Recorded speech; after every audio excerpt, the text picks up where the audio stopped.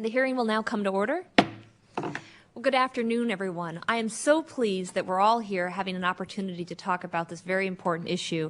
But I'm also excited because this is the 40th anniversary of the launch of Apollo 11's mission to the moon. There are a whole series of commemorative events planned for this week and for next week, and it is clear that Apollo is still considered one of the most significant achievements of the U.S. space program, and I'd go beyond that and say of all of mankind. It's of course fitting that we pause to honor those who blazed the trail that leads out beyond lower Earth orbit, both the brave astronauts who undertook those hazardous expeditions to the moon and the countless individuals and organizations who enabled those expeditions to succeed. Yet, by definition, our civil space program is about the future, not about the past.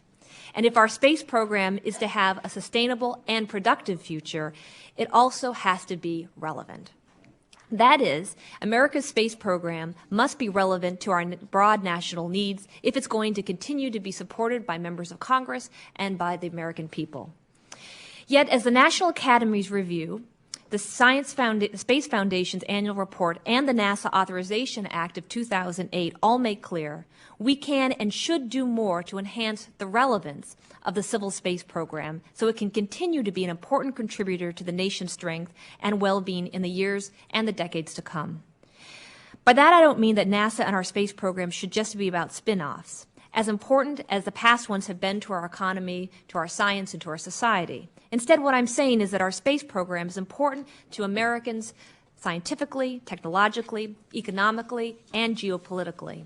And we should recognize and nurture that reality so that we can maximize the benefits we accrue from America's space program into the future.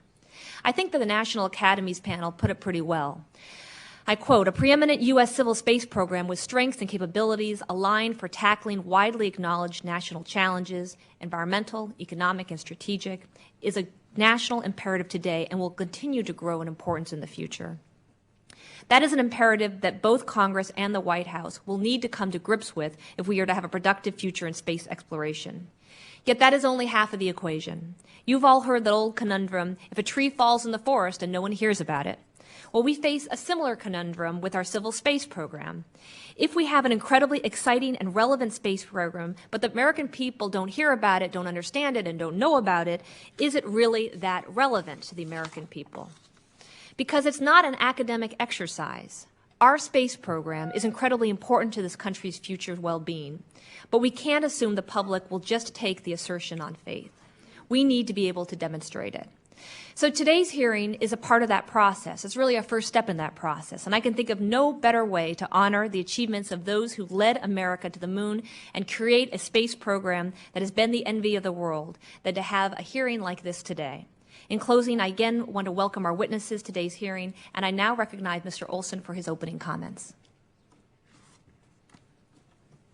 Well, Madam Chairwoman, thank you so much for calling this afternoon's hearing. I'd like to thank the witnesses for coming today to give us your time and your expertise. Thank you. I look forward to discussing how Congress and the executive branch can collaborate to better enhance public perception of the contributions that NASA and the civil space industry provide our nation's economy and our quality of life. My thanks to our panel of expert witnesses again for taking your time out of your busy schedules to appear before the subcommittee. Your unique perspectives are greatly valued by the members of this committee. Thank you again for coming today. You know, Madam Chairwoman, I'm glad we're holding this hearing today, but slightly discouraged that we have to hold it at all. I assure you that this hearing would not have been one that would have occurred on this date back in 1969. 40 years ago today, Apollo 11 launched on a journey that changed mankind's perception as to what was possible. We challenged our scientists and our engineers to develop never-before-used technologies to send humans on a mission that captivated the world's attention and stirred humanity's collective imagination. That alone made it relevant. I'm not sure it's possible to replicate that feeling today, that sense of achievement, that sense of unlimited possibilities without an equally challenging goal. But that does not mean that other critical discoveries and new technologies NASA is developing or currently working on are not equally compelling. Our landing on the moon was the beginning of a journey, not the end of one. and sometimes I feel like we've forgotten that. Let us look at some of the issues that are critical to our nation at this time: securing our economic future, strengthening our education system, developing alternative energy sources to ease our dependence on foreign oil, improving our healthcare system, and protecting our environment. All of these rate as high concerns among the American public when polled.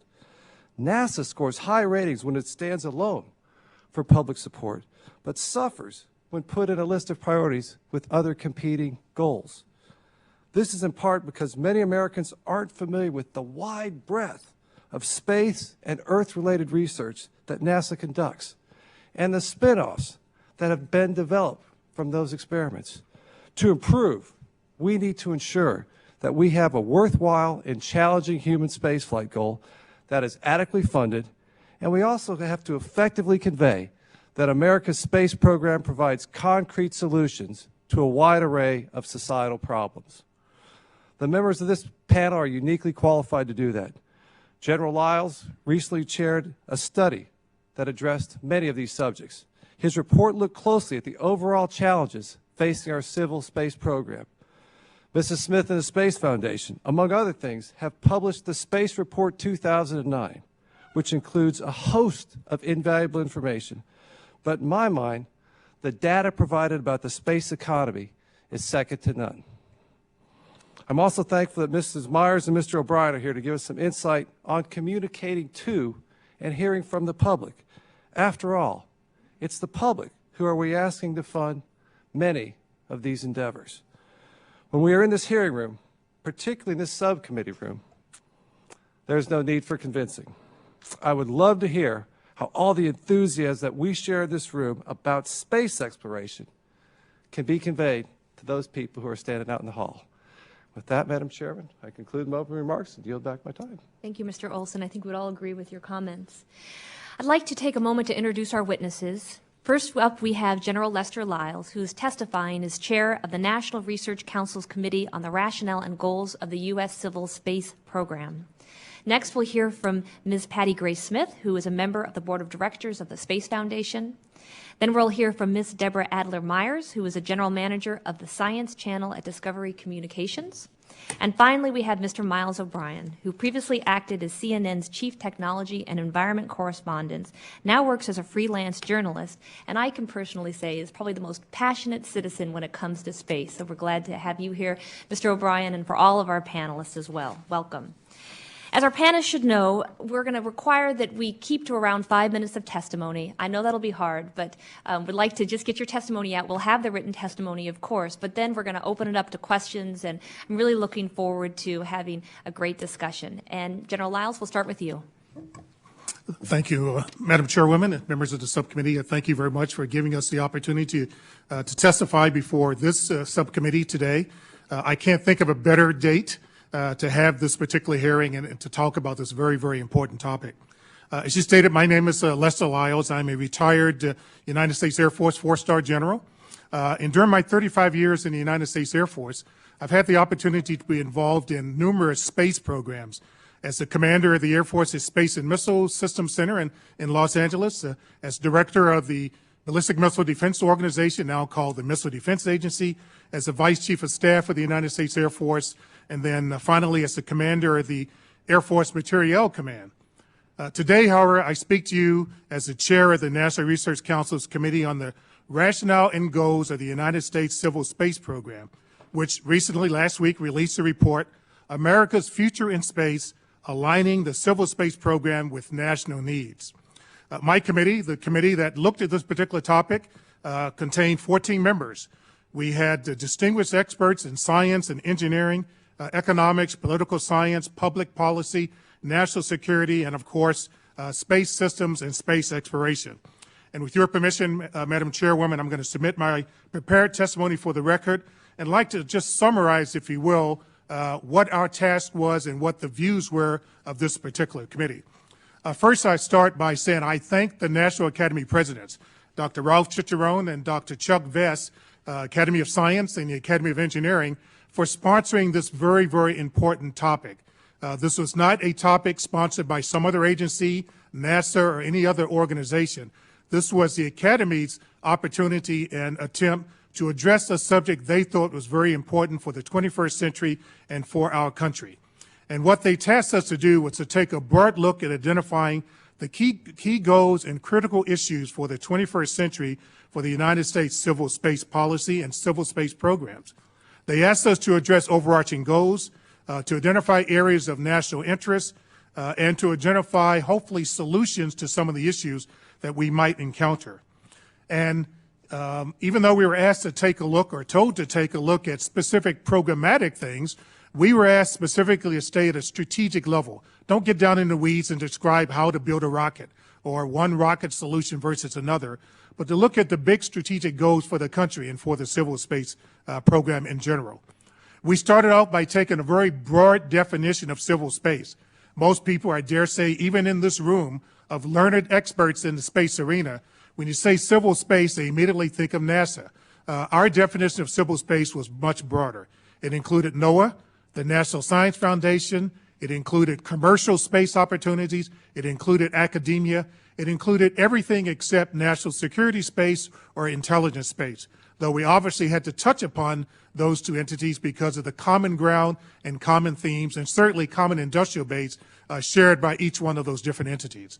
So our scope was rather broad, and we think we did as best we could to encompass all of the different arenas and everybody we possibly could to ensure we got a broad breadth look at this topic. I think to summarize what the bottom line for our study was, it's sort of revealed in the title of our final report. You quoted our sort of final context, if you will, of our study, Madam Chairwoman. Our overall conclusion is that we have a preeminent United States civil space program. It has been that way in the past, it is that way today, and it should stay that way for the future. And the strengths and capabilities of those civil space activities, we think, are vastly available and vastly able to contribute to broader national challenges beyond just space exploration, including dealing with issues of climate and climate change, environmental, economic challenges, strategic and leadership opportunities, the economy, et cetera.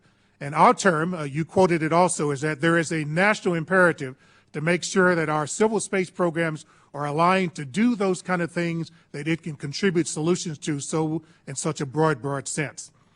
Our civil space program should be preeminent in the sense that it can influence, by its example, other nations in their use of space, but also give us an opportunity to maintain strategic leadership and use our space programs to help international cooperation wherever we possibly could.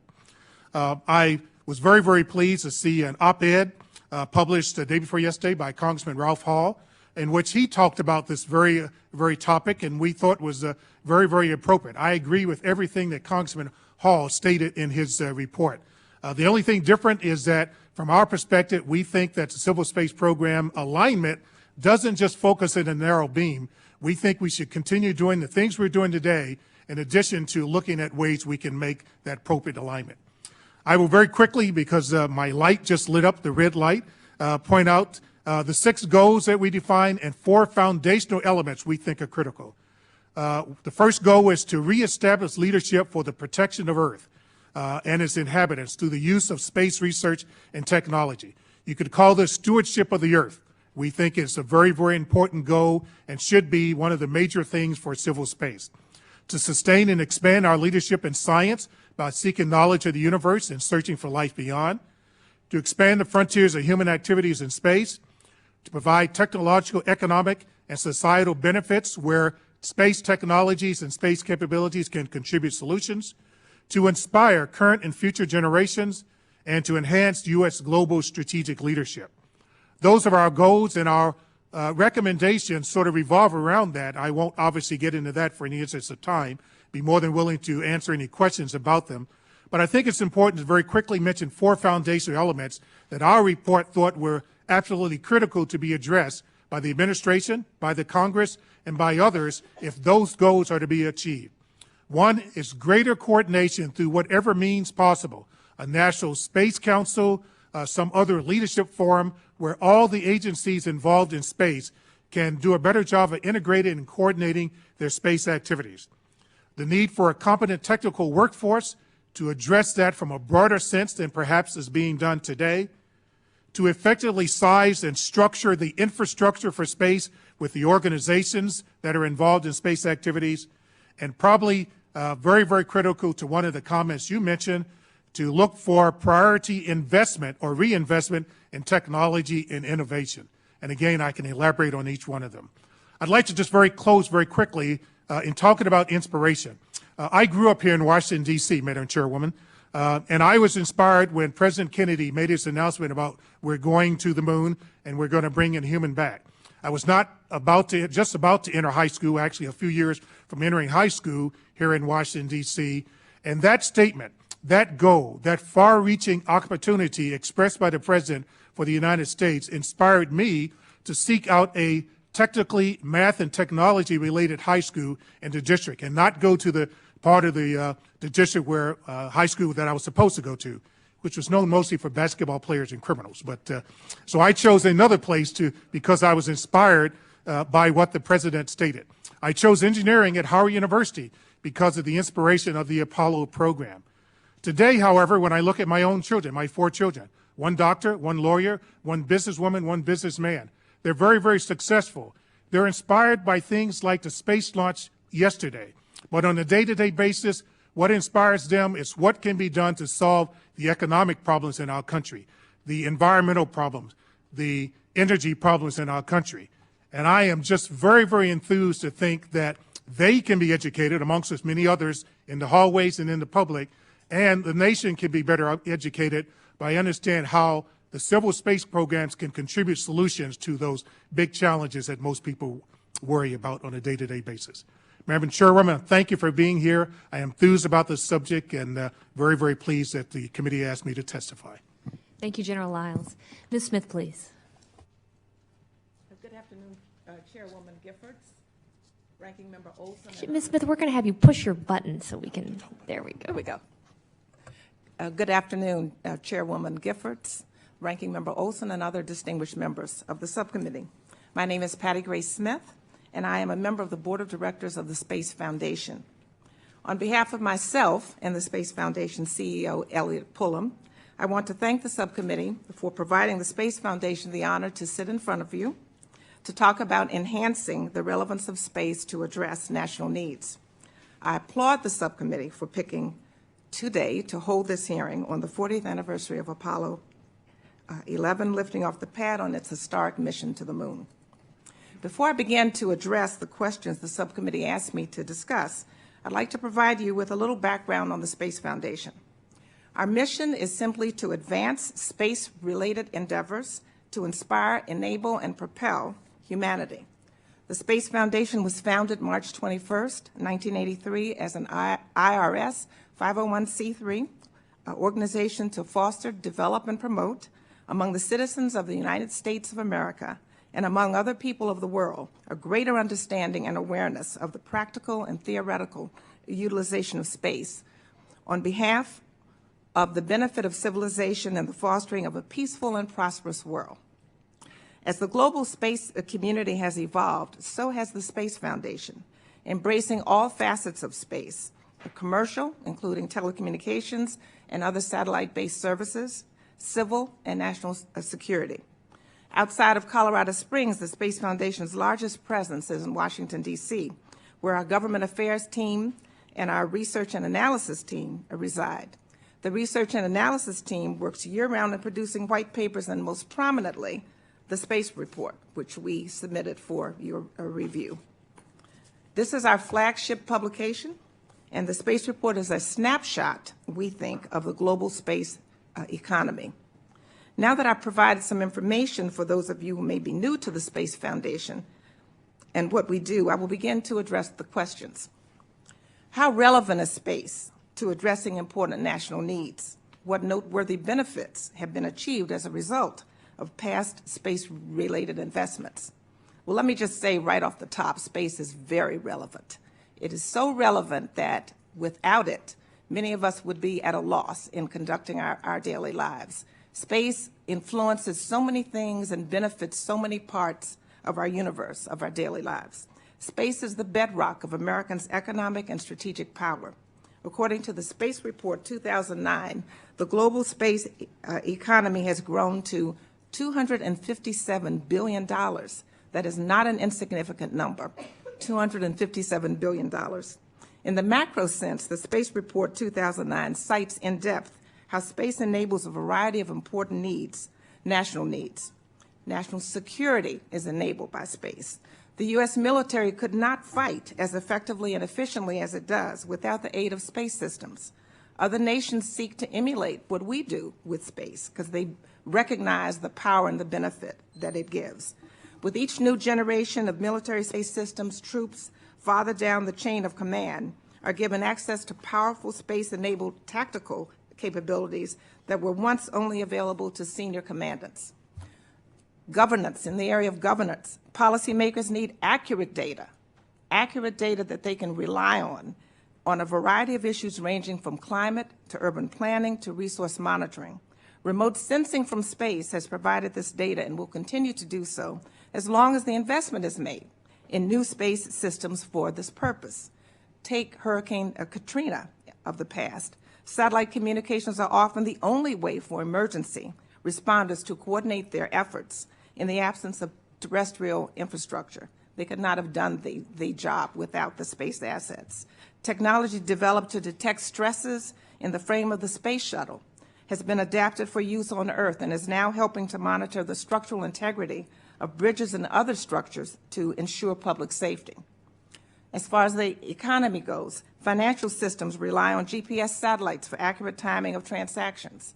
Satellite-based internet connectivity offers a practical way to bring rural populations into the internet age and join the information economy, one of the administration's goals. Transportation. I personally know that space is integral to the next generation air transportation system being implemented by the FAA, which will enable cleaner, safer, and more efficient air travel. On a local scale, metropolitan authorities in several cities have implemented systems like the one now in place for DC's Metro service, which allows passengers to check on the internet or by telephone to see when the next bus will arrive. Innovations like this encourage the use of public transportation, thereby reducing pollution and traffic. The Space Report highlights a number of specific areas. It's not an exhaustive list where everyday space products, services, and benefits are realized. And we must understand that space influences other parts of our economy and businesses that it touches as it embraces the service it provides to our citizens. I would posit to the subcommittee that a day without space-generated benefits for American consumers would be shocking, if not traumatic experience for most Americans. And I see the red light, so let me wrap up quickly. Let me just say that in terms of how we maximize the benefits to realize from the nation's space activities and the relevance of those space activities, I want to first commend President Obama on his decision to review the entire U.S. space policy. We welcome that review.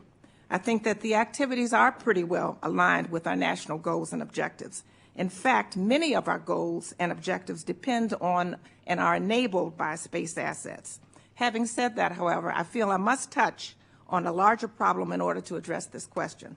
In order for the U.S. government to maximize the benefits of its investments, and we all as citizens want to maximize the benefits of our investments in space, it must improve the acquisition of those systems. Currently, we are facing a number of gaps across the entire range of the civilian and national security space systems, from human spaceflight to solar radiation detection to next-generation GPS to missile warning to climate and weather monitoring. There are and soon will be gaps in coverage and capability that will hamper our ability to derive benefits from space. And the gaps will eventually force us, if we don't act, to be more reliant than we already are on foreign space systems. And that would be not a good thing, I don't think. Fourthly, we need to modernize the export control regime. That is an area that's been begging attention for some time. The Space Report 2009 shows that the commercial sector now makes up 68% of the global space economy, 68%. So regulatory changes, such as export control, have the potential of generating considerably more R&D funds than direct investment by the government. Is it inspirational? Absolutely. It's essential. All you had to do was be in the desert of Mojave in 2004 and see the thousands of people who assembled there, young and old, from all over the country, all over the world, to see their eyes light up with the first flight of a private human space flight vehicle, to know how exciting it is, and to see how the younger generations, the Gen Y generation, are so excited, so passionate about engaging in space in a different way. Look at the workforce that SpaceX has put together in California, largely made up of Gen Ys. And they are there because they feel that we're on the brink of something really exciting. They want to be a part of it. So finally, how well does the public understand? Not very well. And I would suggest that we need to look at the tools that the younger generation uses to communicate. They are not the traditional tools that we used or others like us. They are Facebook. They are other forms of technology that they are very, very adept at. It has become their new telephone. They communicate messages. Groups like Netroots and others around the country are communicating all day in cyberspace and can carry messages that we cannot carry otherwise. So that is an area that I'm very, very concerned about, very interested in. We need to move away from audiences that have space on the agenda speaking to space choirs. We've got to broaden that audience to a broader public. So with that, let me stop here and just say, to paraphrase Arianespace's CEO, John Yves Le Gall, when he said recently, launches speak louder than words. We've got to get on with it. That will tell the story better than anything will. I welcome any of your questions at the end of this. Thank you. Thank you, Ms. Smith. Ms. Meyer, please. Thank you so much for inviting me here today. It is a great honor. Since we're a media company, today I'm going to be sharing some video clips with you so we can help bring the discussions to life. Our audience loves space programming, and I think it's because space captures that imagination and allows people to dream, really to think outside themselves and marvel at the unknown. Discovery is the brainchild of John Hendricks, who 24 years ago believed that Americans would watch a network devoted entirely to programming that captures people's innate sense of curiosity of the world. He was personally inspired by a lifelong fascination and a love of space. Well, today, Discovery Communications, and especially the team I'm proud to lead as general manager of the Science Channel, is rallying around President Obama's call to restore science to its rightful place. That call to action was absolutely music to our ears. There's a barrier simply in the word science. Many of us struggled with science classes as children. And the cliche that we struggle against constantly is that science is dry and it's boring. And the key to developing a larger audience is igniting people's imagination and encouraging them to be endlessly curious, because science really is creative. It improves your life every single day. So here on the Science Channel, we're experimenting with brand new ways to immerse and make people excited about science, and to create content and programs that immerse people, exactly what you were saying, on air, online, in Facebook, on Twitter, bringing all this great content to where people will consume it and connect and explore it. We're developing alternate reality games, and we're even bringing this content into our classrooms. We're calling this Science 360, and space is a really important part of this. We have hosts and we have experts that include stars in their field, like Dr. James Garvin, who's the chief scientist at NASA Goddard, and Dr. Michio Kaku, who's the co-creator of the string theory. There are popular hosts, and people love the programming when they bring this space sciences and physics to life. And we also have a campaign that I'd like to share with you called The Brains of Science, and it features role models like astronaut Buzz Aldrin, who seek to inspire a whole new generation and get them excited about why they choose their careers, especially Buzz as an astronaut. Take a look.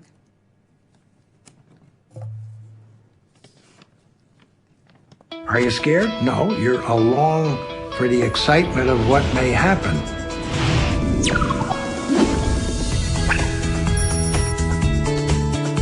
When I grew up, there was Flash Gordon and Buck Rogers, and no such thing as a cosmonaut or an astronaut.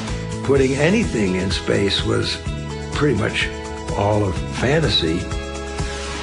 In 1961, we made a commitment to go to the moon. That was a very exciting advancement when we landed on the moon in Apollo. we inspired a whole group of people. A lot of the ideas about what the future for space exploration might be like are in the process of changing. The private sector could probably get to Mars in 20 years. I'm Buzz Aldrin, and I'm a champion advocate for the future of human space flight. So our job is to find great science communicators in space and science and help them bring their message to life. But on top of that, we're also seeking out A-list celebrities who have a passion for science and can bring even more people to the genre because they bring in a larger crowd. Whoopi Goldberg, for example, who is passionate about inspiring a love of science and learning in women and young girls. She's creating a science game for on air and online. And we reach out to science organizations that have traditionally worked in their own silos, and we're working to bring them together. For example, we came to NASA with a big idea.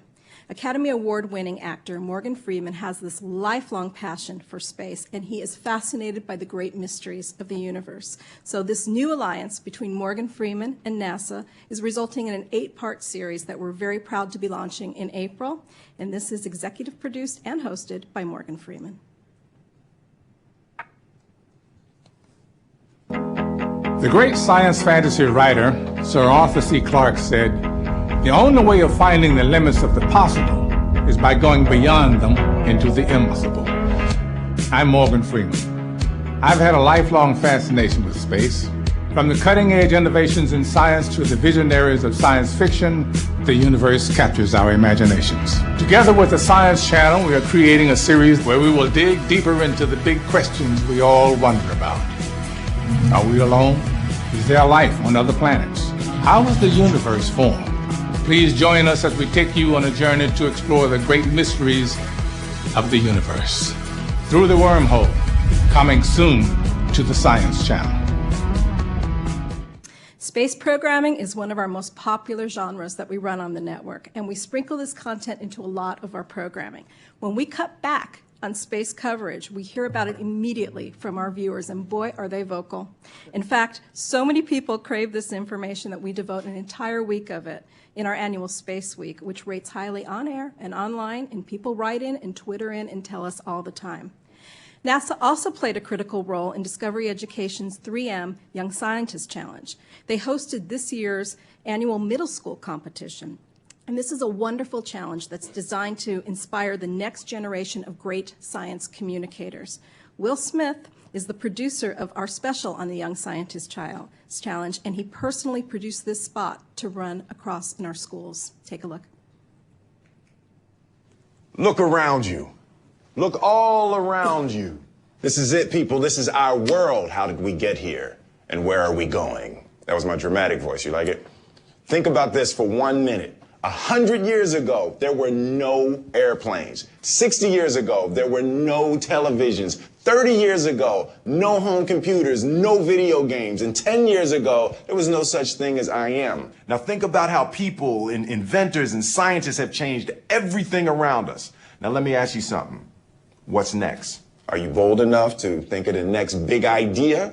Now, if you said yes, I want you to check this out. www.youngscientistchallenge.com or search Young Scientist Challenge. Now, this year, the Science Channel is going to bring the challenge to you because science is the truth. I was going to be a scientist. You know, that's why I make special effects movies and all of that stuff, all the science fiction. Y'all don't believe me anyway. But I'm Will Smith.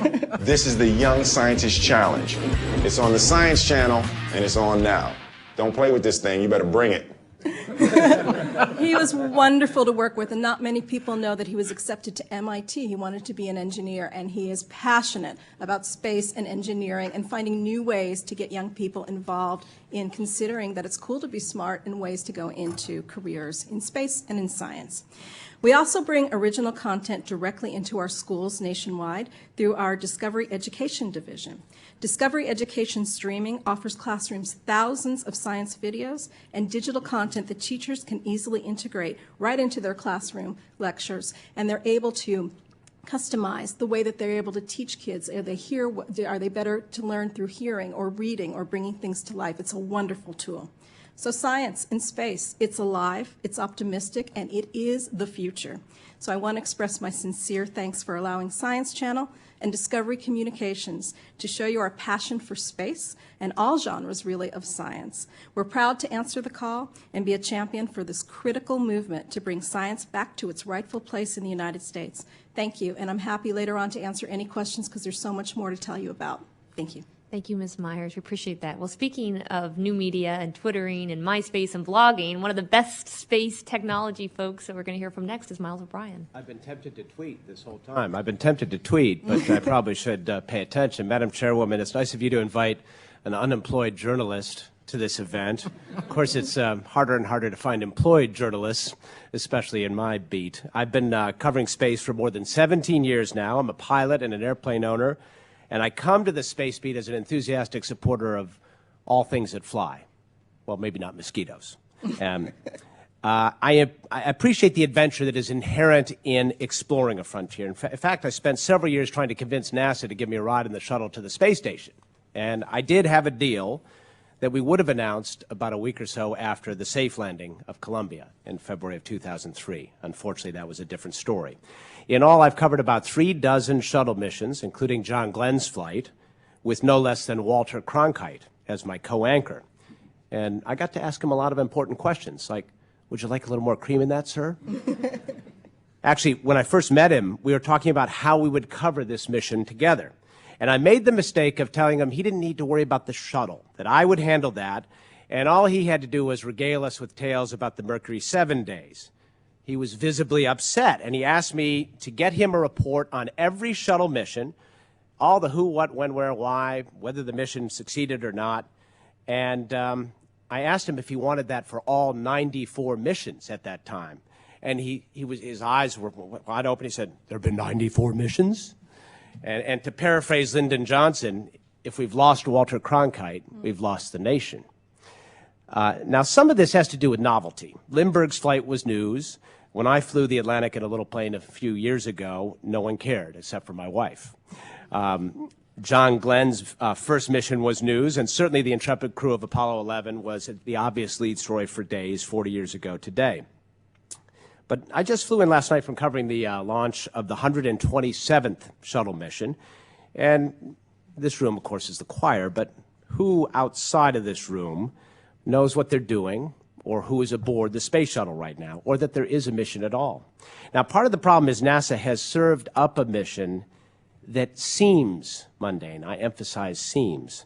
No more interesting than watching airliners depart at National Airport. And in fact, the shuttle was sold to Congress with the promise that it would make space travel cheap and as easy as airline travel. And as if to make it all seem real, even though it wasn't, the agency sort of went out of its way to make it look ho-hum. Then, of course, Challenger happened and the story changed.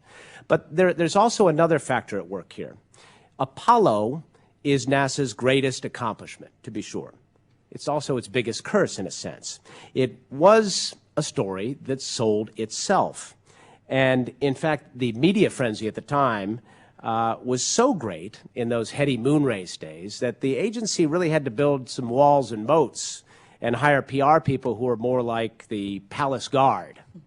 And unfortunately, a lot of that culture remains in place. And that is aided and abetted by the astronauts who live in the palace and only open the doors and let us in for brief audiences, usually on their own limited terms. Now, the sad irony is these people are some of the most amazing people I have met. There's even twin commanders on the shuttle, I hear. And if they would just get out of the palace and let the public in a little more, I think they would sell the program better than any piece of hardware we're latching onto the space station. Which leads me to the guys and gals who make the hardware. The engineers, God love them. They make the magic happen, but they just don't get the communication thing. The public affairs mission is simply not a priority within NASA. Matter of fact, it isn't even on the list of requirements for missions. 40 years ago, they were fighting to keep the cameras off the Apollo spacecraft. After all, they simply just add weight. There was nothing in the mission requirement for it. Now imagine if that thinking had prevailed. Well, it might not have prevailed, but that same kind of debate wages on as they are designing the Orion capsule. Public affairs should always be a mission requirement and a high priority requirement. And I know that this committee has recognized this. NASA Authorization Bill of 2008 gets into this issue of participatory exploration and how important that is. We've got to take that first step and go further with it. You know, the TV cameras are worth their weight in gold because they let the public participate in the exploration. And let's not forget who's paying the bills here. You know, you leave the public behind, there won't be any missions, much less requirements for missions. Which brings me to some of the places where NASA is doing a good job engaging the public. You know, think of those little rovers, Spirit and Opportunity, still on Mars, making the Energizer Bunny look like a piker. Now, this is an example where the scientists and engineers have natural common ground with the PR folks. The images from the other worlds feed the scientists as well as the public interest, and it happens simultaneously. How brilliant is that? You know, this all started, you'll recall, with Pathfinder years ago, the first big internet webaganza, if you will.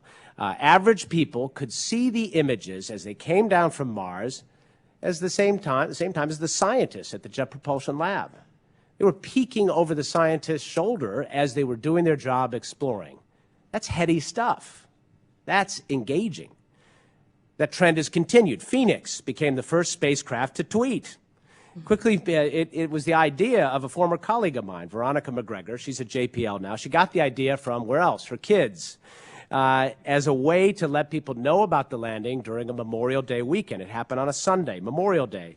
She just thought it might be one way to make sure people knew it happened. Well, she got a tiger by the tail. The thing went viral. Tens of thousands of followers, tons of detailed questions from space geeks the world over. But it broadened beyond the choir very quickly. And that's the magic of this new media, is that in an exponential fashion, friends tell friends, and on it goes. And suddenly the public is engaged in a mission they may not have heard anything about. And we're interested with questions that Veronica, frankly, said were better than she got from the mainstream media, I must confess. Now, to their credit, in Houston, they saw this. And they saw how potent it is. And astronaut Mike Massimino became the first person to tweet from space in between spacewalks to fix the Hubble Space Telescope. Now, that's a giant leap for Webb kind. And speaking of Hubble, the granddaddy of all missions where science is also a good PR message, look what happened when NASA tried to cancel that mission to repair Hubble. Engagement led to anger and ultimately activism, and it changed things.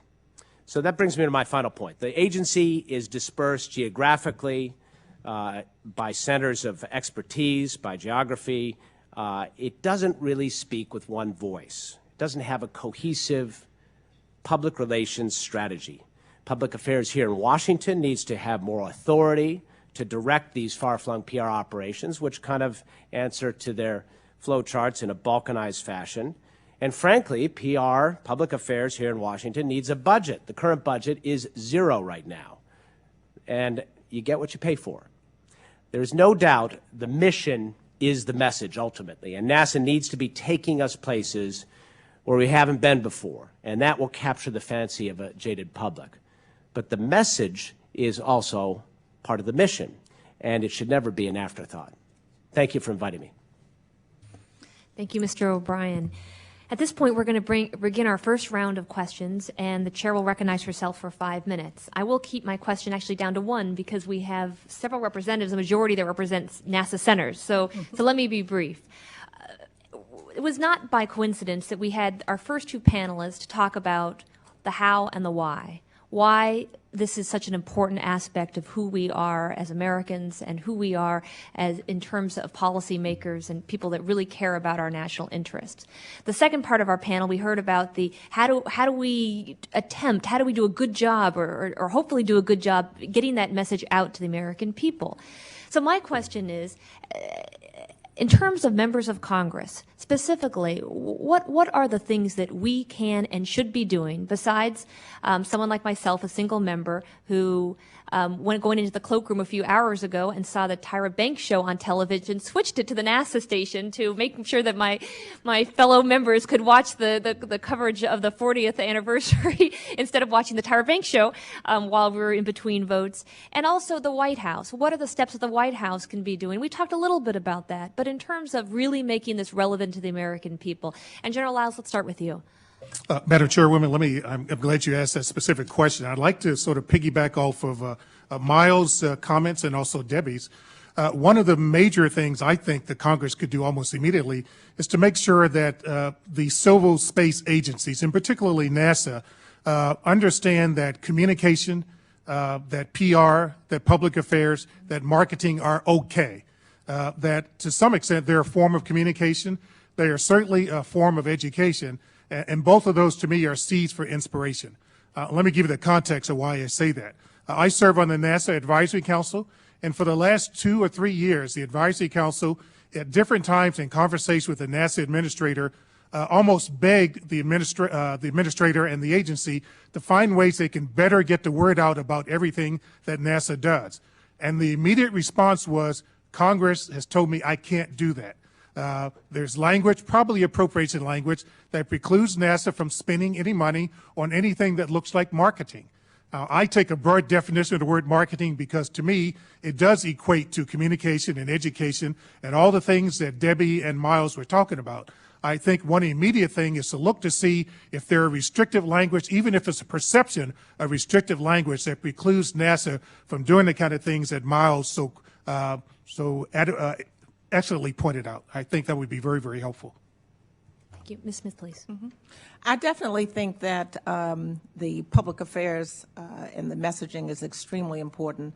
I think having been in a government agency myself, I think that one of the things that agencies often are conflicted about is, especially those that are regulators, such as FAA, the conflict exists about how can I carry out that message? Is it possible to carry out that message and at the same time promote and encourage the industry that I'm responsible for?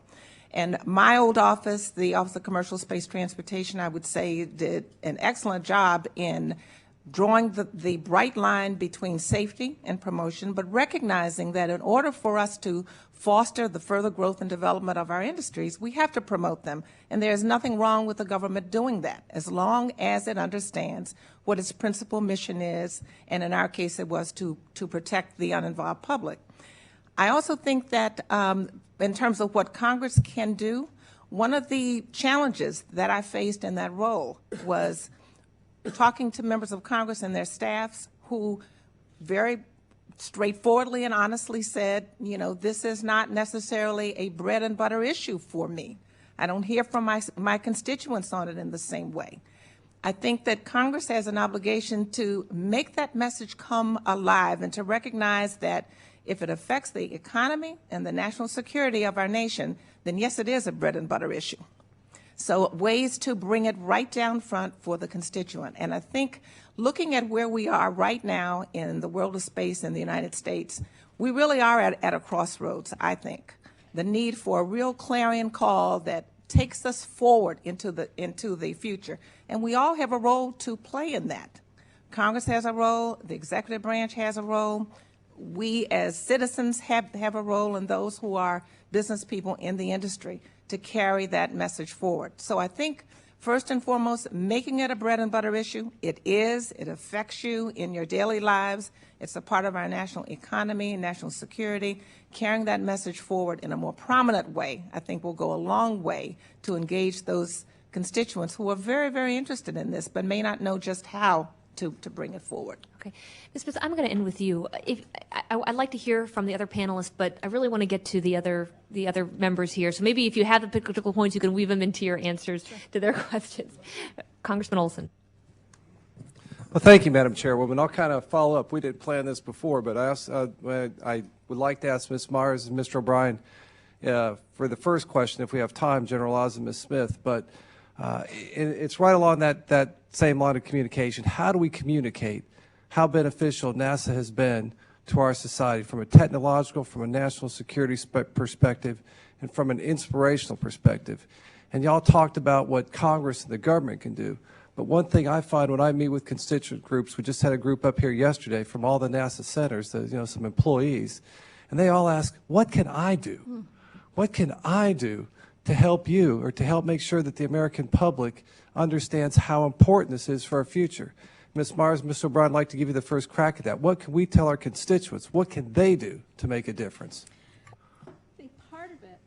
Part of this is really underscoring the importance of matching up national agencies with private businesses, private sectors, so that we can figure out together how do we tell these great stories. So it's putting those partnerships together and encouraging those partnerships to happen so that we can help work with people to understand what the stories are about and how best to share that with the public. Depending on the goals, depending on the type of stories, it's hero stories. It's talking about people who go into space and the dangers that are there. That makes them stronger and braver as heroes. It is trying to find the way to make it relevant into people's lives. When you have all this great information, it's that partnership with the people and the companies and the agencies and the journalists and the talent that can help bring that to life. Another part is to find great science communicators. We've started an experiment called Talent School, where we've gone out and we've worked with different agencies in space and science, and we found people that are really smart. They have the twinkle in the eye. They have a great stage presence about them. But how do we take what they do and teach them how to connect with viewers at home and teach them how to put that language into ways that resonate with everyday people, so everyday people care about it. So I think it's inspiring people to work together with companies and with broadcasters and with journalists that can help tell their story in the best way possible, because they're great stories. Mr. Ryan. You know, I think the irony is that 40 years after the launch of Apollo 11, NASA suffers from a bit of timidity when it comes to unleashing the message. Now, they have a natural legion of foot soldiers, evangelizers. Everybody I meet who is involved in space is deeply passionate about what they do, love what they do. They are committed to their jobs in ways most people are not. And unfortunately, if they attempt to blog about it or tweet about it, they get shut down. This happens all the time because the concern is that they'll be off message. It's important to empower the agency and thus its foot soldiers to know that they can be a part of this. If a flight controller wants to tweet and let her social network in on what's going on inside mission control, assuming we're not, in some sort of mission critical situation that would cause danger to somebody, why not empower her to do that? But instead, the message is you can't. So I think what Congress can do is, to the extent that they can streamline the rules for NASA and make it easier for them to do marketing, but also to the extent that they can avoid the tendency to get on the phone every time something comes across the bow that might offend somebody in somebody's constituency, because what that does is it cows the agency. And they need to be empowered to, because if you unleashed the power of that workforce and allowed them to spread the word, we could just stand by and watch them win the country over. Just a little food for thought based on the comments earlier about how NASA can market itself. I had one of the constituents yesterday.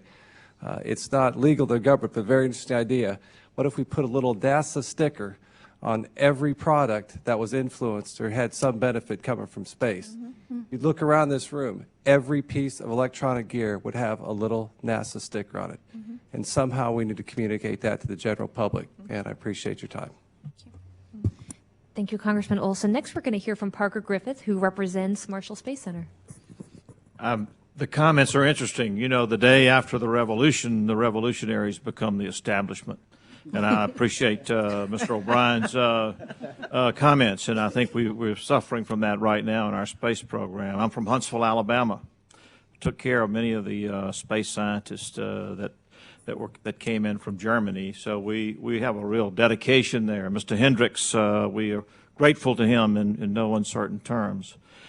In the 60s, you could cut the tension in America with a knife. I see the young people here. We were not allowed to wear Army uniforms on the street. We would get stoned or spit on.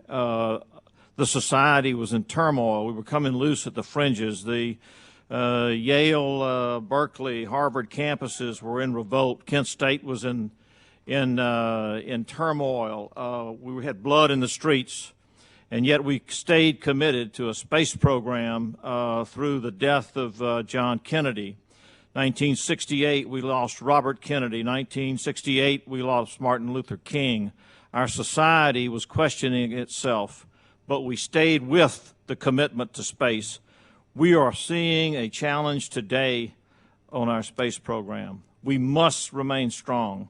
Ares 1, Ares 5 is not an option. It's essential to the United States. We represent 6% of the world's population. In order for us to maintain our superiority, in order for us to maintain what we know we can achieve, space is absolutely essential. It is the high ground scientifically, whether we want to know what's in the Van Allen fields, or it's essential for us to maintain our military superiority. I certainly agree and appreciate the panel. You can tell I'm fascinated and dedicated to space. I'm an oncologist by training. What has happened in space has allowed our CT scans, our MRIs, the miniaturization of our instruments, the development of drugs in space as our next frontier. We have to do this. It is no longer an option. So when we hear it discussed as well, can we afford it? Yes, we have to afford it. So thank you for being here. I really appreciate it. I have one question for Mr. O'Brien. You said on a blog that you were tired of hearing that we cannot sustain our space program during hard times. The truth is, at $18 billion, NASA gets a fraction of 1% of the U.S. budget. Chump change. I used to tell people it is about what we spend collectively on coffee each year. I appreciate you, by the way. Stay with it. Yeah. In your opinion, what should we be doing to let taxpayers know that the return on investment from our investment in space is absolutely huge? We have to market this. So. Well, maybe we should put the meatball in that Starbucks latte. What do you think? Oh, absolutely. What, we get Starbucks but no bucks for the stars? You know, something like that? I don't know. I think the more we remind people of what we spend, and really in the context of all that has transpired in this country in recent months, when you consider the size of these bailouts, the NASA budget just seems so tiny. It really does. And shouldn't NASA get a bailout too? And it doesn't need much to keep going. It really doesn't.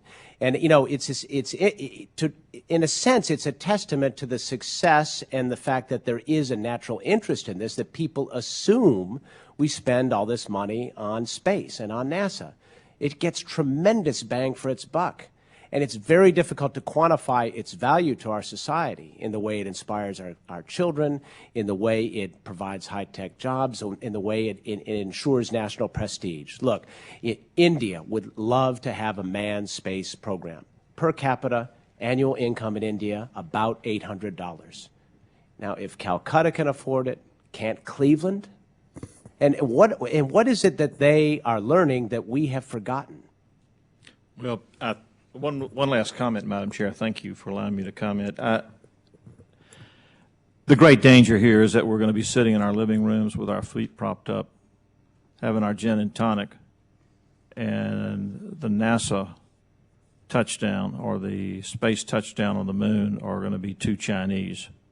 And I think it's the line's drawn, the challenge is there. It's another 1957 Sputnik moment, and we have to meet that challenge. Thank you, Madam Chair.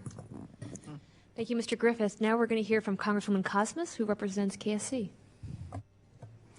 Thank you, Madam Chairman, and I appreciate everyone who's here today.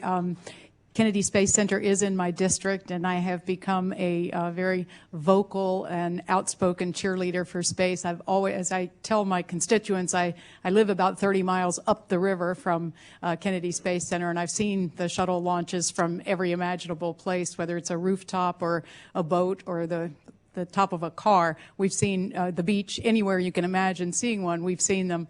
But since being elected to Congress, I've had the pleasure of having a little greater view. And I want to say that I have been preaching in my district very much the same kinds of things that you all are talking about today, that we are missing an opportunity to ensure that the next generation is inspired by what we do in space and that they understand the significance of it. And so I'm part of the choir that you're preaching to, and now I'm preaching back to you. But at the same time, I think it's important that we do put a focus on how important this is to our lives and to our national security. I liked your comment, General Lyles, that communication and education are seeds for inspiration. And I think that's a really good quote to use. I also appreciate what the Space Foundation does, and I love the TV. What I had envisioned at some point was that someone would do a commercial like what you're talking about and literally take it from a average person's life today and withdraw one by one. It's kind of the counter to putting a sticker on something, is to say, take away one by one all of those developments that have been created as a result of our interest in science and technology that began with our space exploration, and see what's left, because I think the next generation would be shocked to know how sparse many things would be, many arenas would be. So that's just my 2 cents worth. I've been working very hard, as I said, within my district to ensure that the people there are working in the school systems, that we're advancing the STEM programs, and that we're doing all of those possible opportunities of bringing astronauts into the schools and everything to do this. We also, the chairwoman and I, have taken a CODEL of our congressional delegation of our fellow Congress people to Kennedy Space Center to see a launch. Unfortunately, it was scrubbed, but we had a really good opportunity to tour the Space Center, and for others to, in this body who provides the opportunity for NASA to do what it needs to do, for them to get a firsthand feel for how exciting it is, how challenging it is, and how inspirational it is. So I have anointed myself as the cheerleader within Congress, along with the chairwoman, to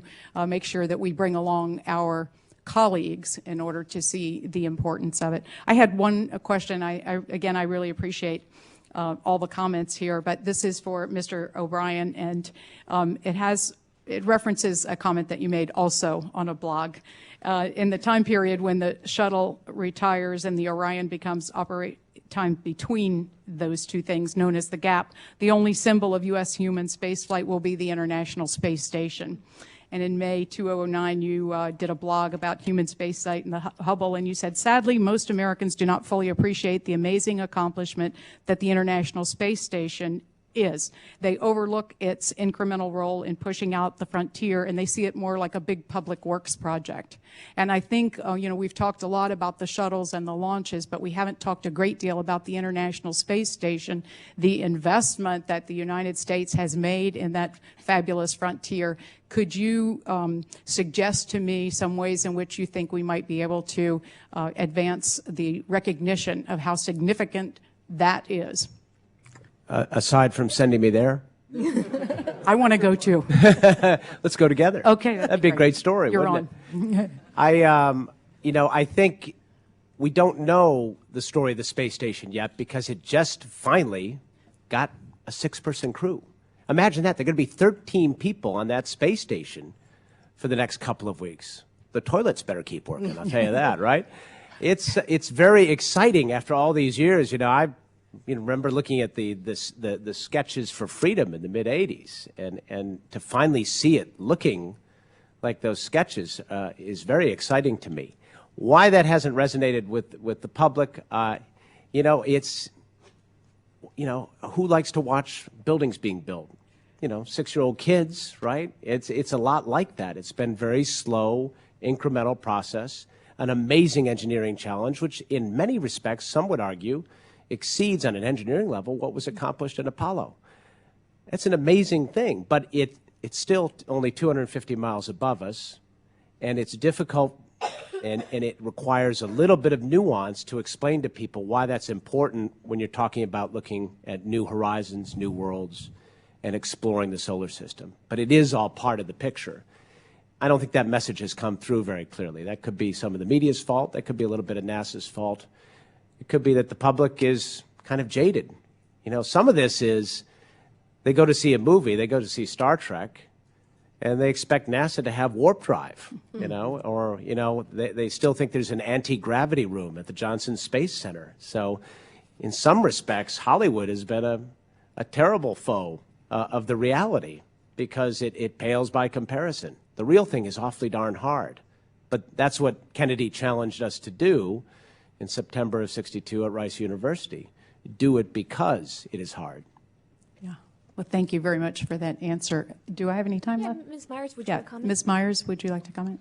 Just want to add on top of that, too. Now, if you can get to be able to capture the stories on that space station of all these people living together and hands-on, here they're doing their work, and see it and feel it, and it's real people, real passion, real stories. It's like a smart version of Big Brother that's going on. So again, make it relatable to people, open it up so that they can Twitter and talk to us. Make it real, make it alive. These are heroes. These are great stories willing to be captured.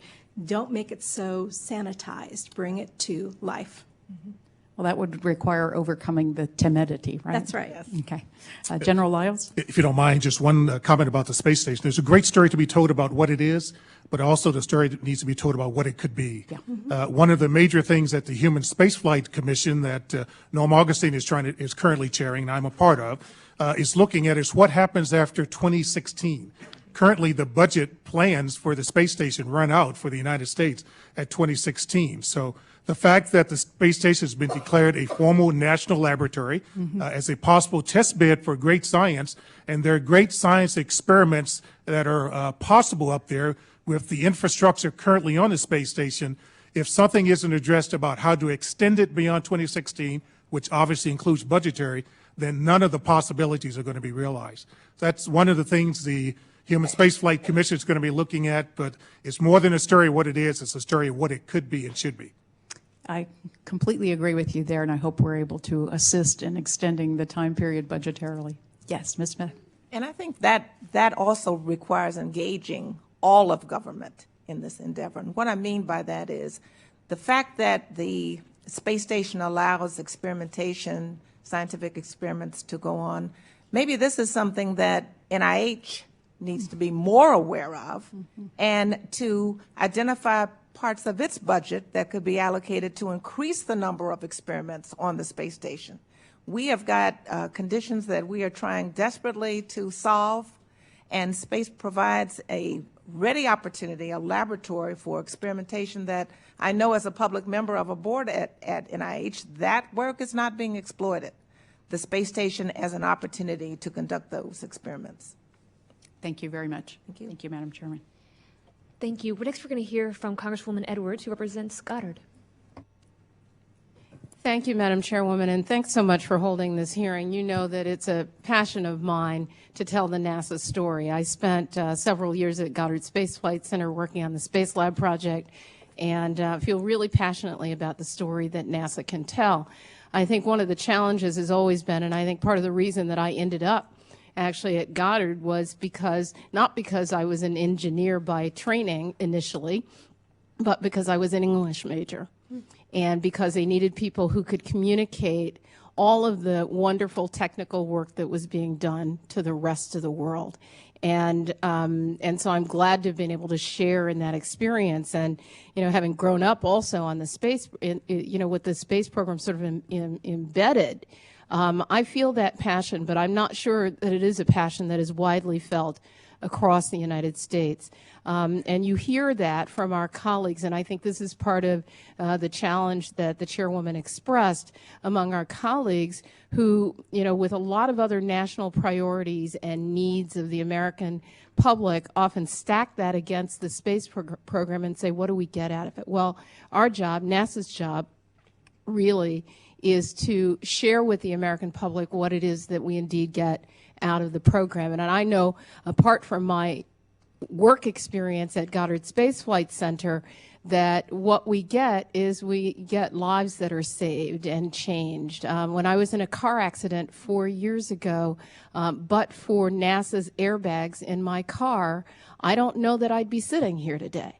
And I think that we have to tell that story in a real way to the American public. And so I share the passion that each of you has expressed in very different kinds of ways. I want to acknowledge Discovery Communications. I know that half of a building is in the 4th Congressional District in Maryland of Discovery Communications. That's an interesting block. But I want to say also, and just ask you to respond to it, is that we have the challenge at NASA of exploration and science and risk-taking. And I'd like you to focus on that risk-taking, because that requires a lot of investment, and sometimes it works and sometimes it doesn't. It's the nature of exploration and science. And we tend to, in the public, we can highlight the failures when it doesn't work, and not how we build on that in science, because we build toward the next success. And I'd like you to share with us ways in which you think that NASA can even communicate some of those failures in the most positive way for the public to understand why the investment is needed and sometimes why it works and it doesn't work. Ms. Smith. Yes. Share the risk is what I would say. We have an entrepreneurial new space community that is galvanized to be a part of the future of space. NASA has an excellent example of how it has approached it in its COTS program, where the risk is shared. Because if the private company does not meet its goals, it doesn't get paid. I don't think that the government needs to take on all of the risk when it has such a willing partner. What would happen if low Earth orbit were turned over to the entrepreneurial community, to the new space community, and NASA could get on with its exploration mission? That is a current question, a question in need of an answer, but also in a way that galvanizes the entrepreneurial spirit, which has been so much a part of our nation, in a real way, in a beneficial way. Share the risk. Ms. Myers, I wonder if you could comment on that in terms of the way we communicate with the public. I think people can relate to, you learn more in failure sometimes than you learn in success, and that science is a journey and exploring and growing is a journey. And I keep bringing everything back to how do you make it relatable? How do you tell these great stories that go on? And I think it's the honesty of there are big goals that people are out to do and that NASA's out to accomplish, and it's sharing those stories so that when it fails, you explain it. You see people go through, okay, we're excited, we think this is all going to happen, and when it fails, you tell those stories. What did you learn from that failure that can push that out? It's getting people invested in their minds in ways that they can relate to and in their hearts so that these become something that you feel invested in. I think if you go back to the space program in the 60s, we were all rooting along. We were all invested in there. These were our heroes. And how do we make those stories, how do we make those risks relatable and connect to it? And I think that's part of it. Different spin journalistically than to capture people's imagination and take them along for the ride. The successes as well as the failures, what did you learn from it? Because science is about questions. And when you have those questions that are out there, you get the answers that leads to more questions. And if you don't keep experimenting, you don't move it forward. Well, thank you very much. And Madam Chairwoman, my time has expired.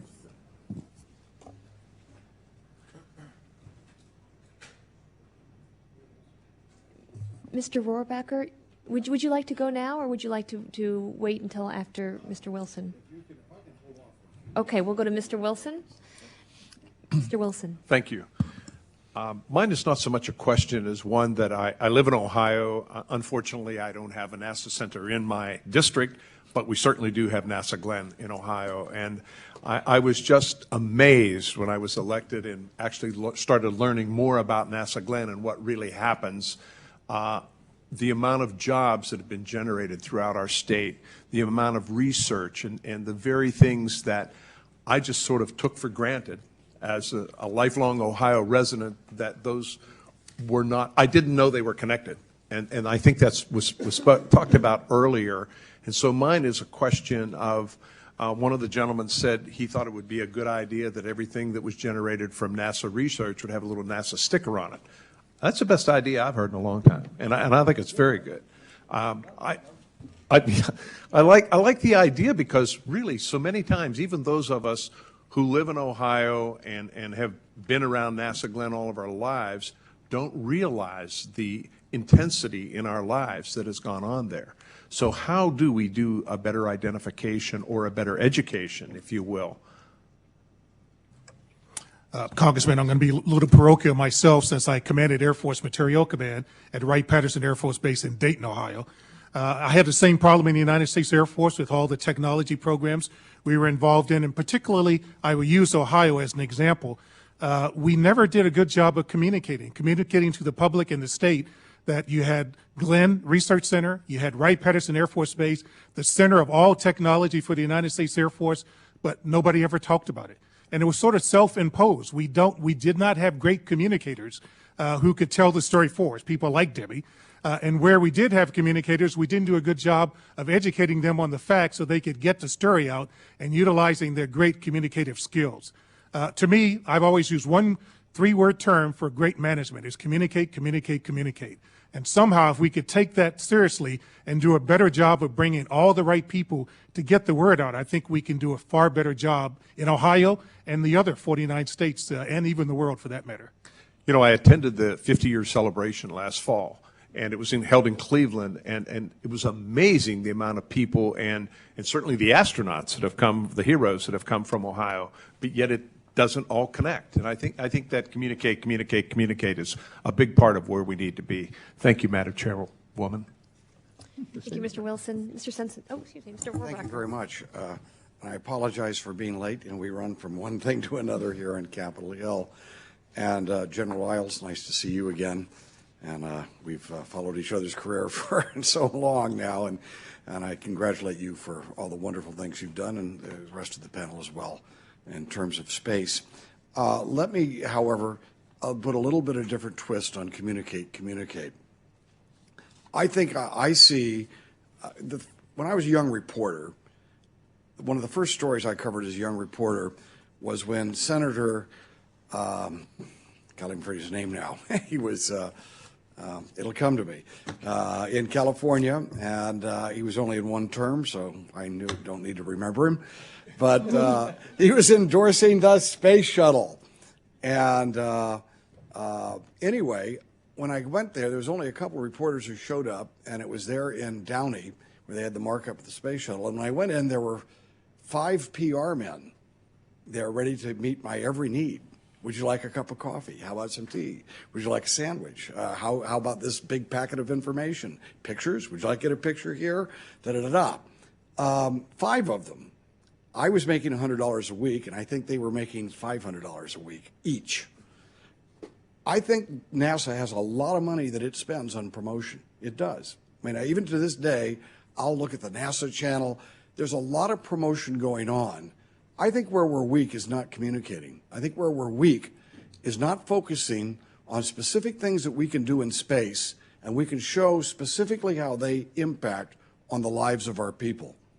And there is such an array now of things that we depend upon from space. Space-based assets, I used to only be able to call my grandparents when I was a kid like once a month at most, and that was a $5 call, and you could barely hear it. You had to go through operators who hated you for bothering them.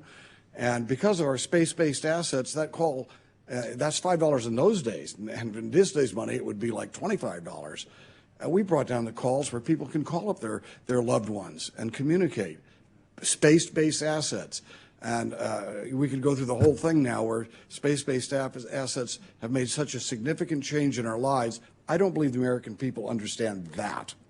It's not necessarily communicate, but looking specifically at what things that have changed lives. Not some guy where they see the guy taking a spacewalk, and we get all sorts of pictures of the guy taking the spacewalk, and it looks like fun. But how are our lives changed? How will our lives change in the future? I have this question for General Lyles. Do you see first of all, I see the private sector playing a much greater role now than what it did in the past. And do you see the commercial space and efforts will actually play a greater role as well in the future with this trend toward having commercial enterprises rather than just government-run enterprises in space? Congressman Rohrabacher, it's great to see you again, and the answer is absolutely. One of the key recommendations of our National Research Council study was the need to look at the infrastructure and strategies on how people are involved in the space activities. And it wasn't so much to imply that there shouldn't be leadership and expertise at the NASA centers, but the NASA centers need to figure out a way they can open up the aperture, if you will, to allow commercial entities, academia, and others to sit at the table and to provide solutions to help solve the problems. Today, the perception is everything is NASA-centric. That may or may not be true, but commercial entities and certainly academia feel they've been left out in some cases, as our report points out. And we think just changing the way you approach business and the way you approach allowing people to work the solution will go a long way towards achieving that. We're not talking about major new expenditures. We're talking about making sure we open up the way we do business so that people who are on the outside of the circle can now get involved, and they're already involved in some ways, but expanding that. One other question about this: to get to utilize space and the potential of space, we're facing a huge roadblock that nobody seems to want to face, and that is space debris. And I personally, of course, have focused a lot of my activity in this committee on near-Earth objects, which are coming down, and space debris. I just asked this to the committee in general. Shouldn't we be focusing on that effort to clear that space debris so that it will open up new opportunities without having to worry about a bolt coming through somebody's new space station up on our space project? Well, my answer is I think there is greater attention now to that particular problem. And something I think, again, our report points on, there's a need for greater integration and coordination amongst the different agencies, particularly the civil space agencies and DOD, on how you address common problems. And one common problem is what do you do about space debris? It's sort of a global commons, if you will. There's international interest in this.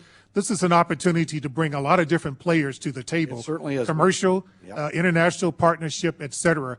I think it's sort of a ripe sort of example for people to tackle as an enterprise. That is exactly right, General. We could bring people like the Russians and other people in, and the Europeans. We could make this an international effort that would clean up the skies so that we can use those heavens. Anyway, thank you very much, Madam Chairman. Thank you, Mr. Rohrabacher. And remember, we had a pretty interesting hearing on space debris about 2 months ago, and hopefully we'll follow up with that as well. Mr. Grayson, please. Thank you. Interesting movie in the theaters right now called Moon. I don't know if any of you have seen it. The premise of the movie is that there's a manufacturing operation on the moon that mines helium-3 and sends it back to Earth for use in fusion reactors on the Earth. I'm not going to ask you for a movie review, but it does raise an interesting thought, which is what are the possibilities for actually using space for economic purposes? At this point, historically, we only have one successful model in that regard, and that's satellites. Satellites are a viable business that provide economic benefit that exceed their costs and therefore has functioned as a business over the past couple of decades. We're starting to see the beginnings of a second business like that called tourism, space tourism. And over the course of the next decade, we'll see how that pans out. But it looks like there is the possibility that we'll be able to, again, provide goods and services that exceed the cost of production and therefore have a viable business model. What I'd like to know from all of you in my 3 minutes and 53 seconds remaining is what other potential models you see in the future. What models can be viable economic uses of space in the next 20 years or even the next 50 years? Let's start with you, Ms. Smith. Certainly, there are companies that are looking at other uses of space for business purposes. One such company, Virgin Galactic, I'm consulting with them.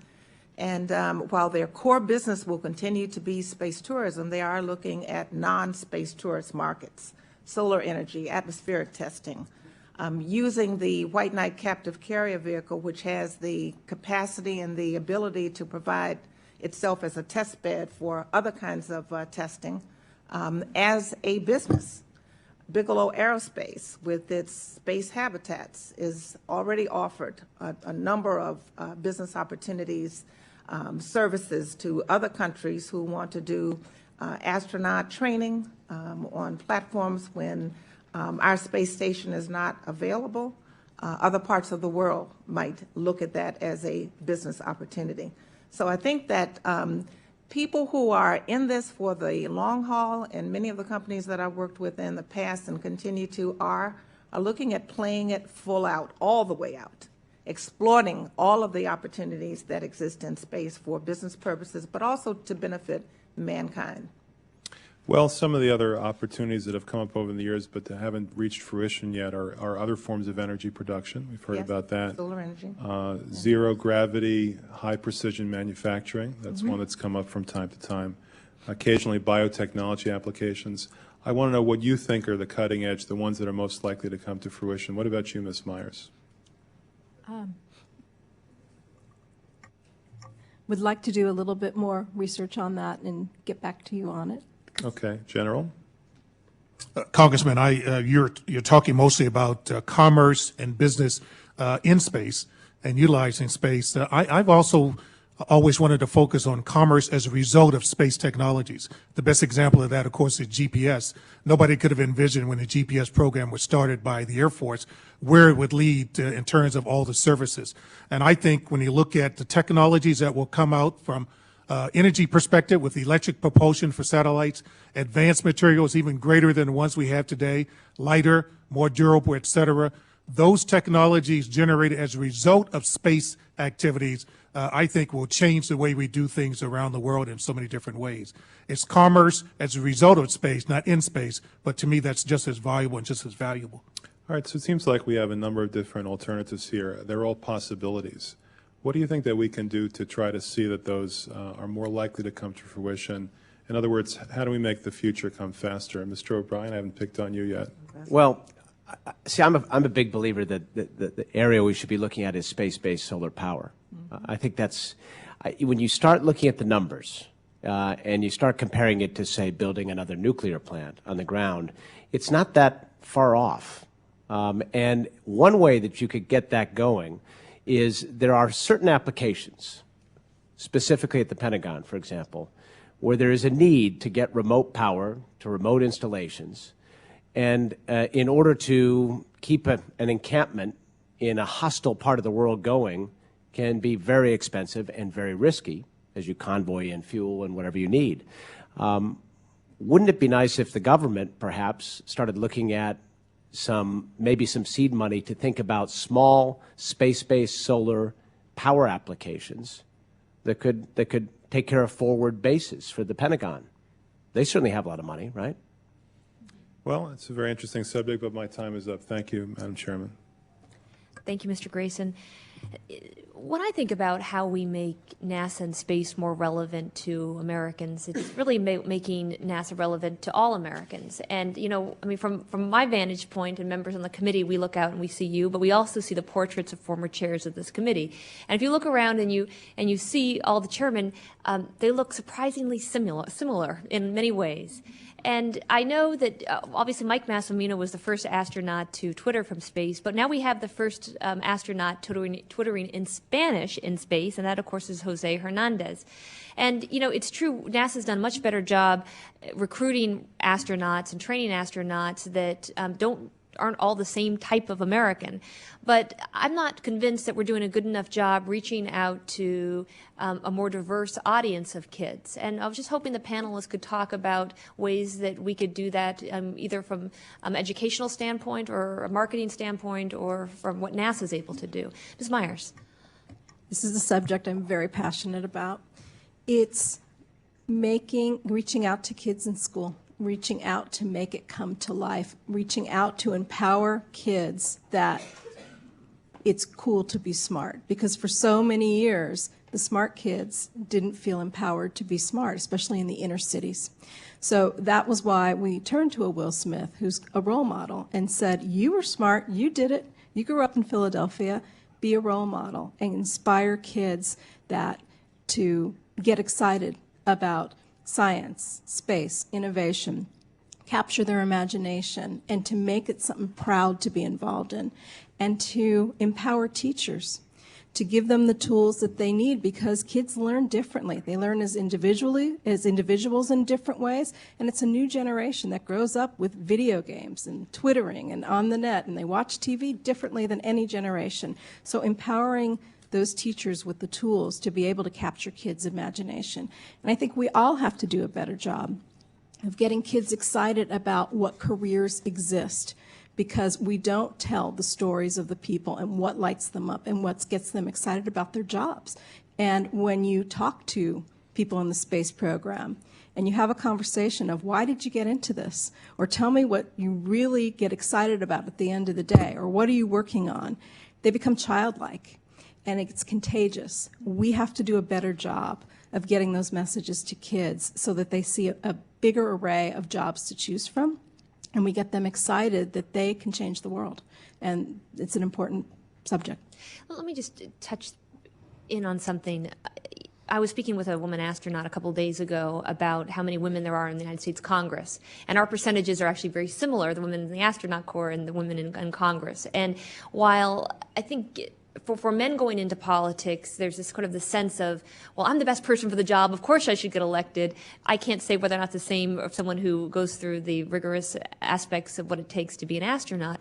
But I know as a woman in politics, for me it was meeting another woman and seeing her do it and realize, if she can do it, I can do it. Right. So it wasn't so much even having the information, it was more, and again, I think that's a story that you'll hear for women that intended to go into this area. So I'm just curious whether or not the messages also should be different for a different audience, whether it's different gender or with different ethnic background, of whether or not those messages should be different to reach out to those large populations we have in this country. It's that relatability factor. It's so important that we need those role models, and that we change to whoever we're trying to appeal to and speak to, present those role models and make it real, make that connection come to life. So absolutely. Mr. O'Brien? I think NASA should really go out of its way to put those role models forward. I mean, I really do think it's important to hear from those members of the astronaut corps and make sure they're front and center. That should be a very high priority when it comes to any public affairs campaign. And just when you talk about, engaging kids, it's really important that they also have a sense of participatory exploration. I'm on the board of directors of the Challenger Learning Centers, which I know you're all familiar with. My first experience there was just amazing. I walked in with a CNN crew in tow. This is a room full of middle schoolers. And usually a room full of middle schoolers plus camera crew leads to havoc. And they're waving, they're making, they act like kids. They act like kids, And I walked in there, and they're in this mission control center, and we're getting the camera in their face, and they're like, "Get away from me! We're trying to save the space station right now." I thought, wow, this is magical. Imagine that. This is something that really has engaged kids. That's how kids learn. They didn't know they were learning; they were having a ball. And who knows how many of those kids? I'm convinced one of those kids will be on Mars one of these days. Probably went to a Challenger Learning Center. And I was just at one recently, the Lower East Side of Manhattan. And it was in the midst of astronaut Scott Parazynski recently summited Mount Everest. And I was part of that project, helping him tell his story in a viral Web 2.0 way. I never got to leave my laundry room. He got to go to Everest. But in any case, we did kind of a two-way conversation with these kids using Skype with, this astronaut at Everest. To a group of kids across all ethnic origins and socioeconomic, you name it. And kids are kids. They were fascinated by the whole thing, and there was nothing about it I didn't detect a barrier. Nobody in that room said, I can't do that. As a matter of fact, everybody's like, wow, this is cool. I want to be a part of this. So it really isn't rocket science, but it does take money and it does take effort. And, you know, the kind of science teaching I got, unfortunately, kind of turned me off. And I ended up a history major, and the rest is history. But who knows? Maybe if I had gone to a Challenger Learning Center, I would have gotten my ride in the shuttle already. Who knows? Thank you. General Lyles? Congresswoman, let me just echo one of the comments made by Miles. As I mentioned, I serve on the Augustine Human Spaceflight Commission with Sally Ride and Leroy Chow, Asian American astronaut. We were down at Marshall Space Flight Center a week before last, and just walking through some of the activities and facilities there. And there on the wall of one of the buildings was a poster I've never seen before. And it was a poster that had very small pictures of all the astronauts. Obviously, imagine the number of astronauts, so the pictures had to be very small. But it immediately jumped out at me at how diverse we already have in our astronaut corps, but we don't do a good job of spreading the word, of getting the word out about that. We certainly need to do more. I absolutely believe in that. But let's take advantage of what we currently have and tell that story. It just blew my mind away to look at that poster and see the diversity that already exists in that astronaut corps, which could be role models of so many different kids, so many different inner city places, and around the world for that matter. That's absolutely correct. Mr. Olson? Thank you, Madam Chairwoman. And one question for you, General Lyles. In your report, you advocated for the creation of an entity like the National Space Council to coordinate the activities of the various federal government space organizations. Do you envision this entity being a governing body that would coordinate the actions of the various space agencies and direct their programs to comply with the consensus of the group, or would it be strictly an advisory role? Congressman, I think it's probably more on the lines of an advisory role. The last thing that NASA or any of the other civil space agencies, or even DOD for that matter, DOD space need, is another bureaucratic layer in between their activities and what jobs they have to get done.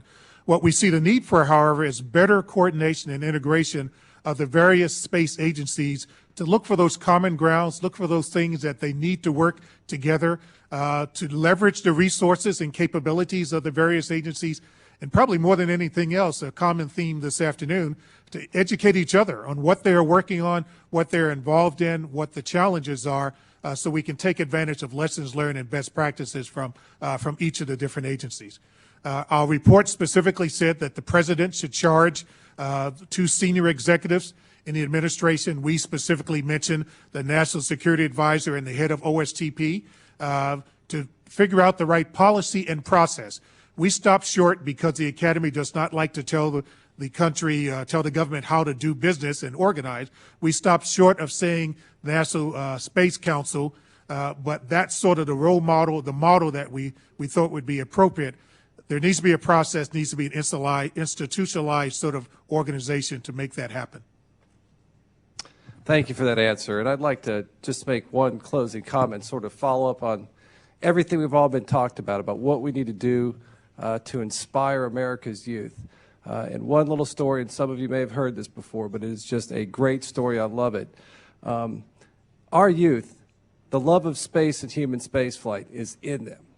And I saw it firsthand. I watched the STS-119 launch back in March with 60 kids at a 3rd grade elementary school in Sugar Land, Texas.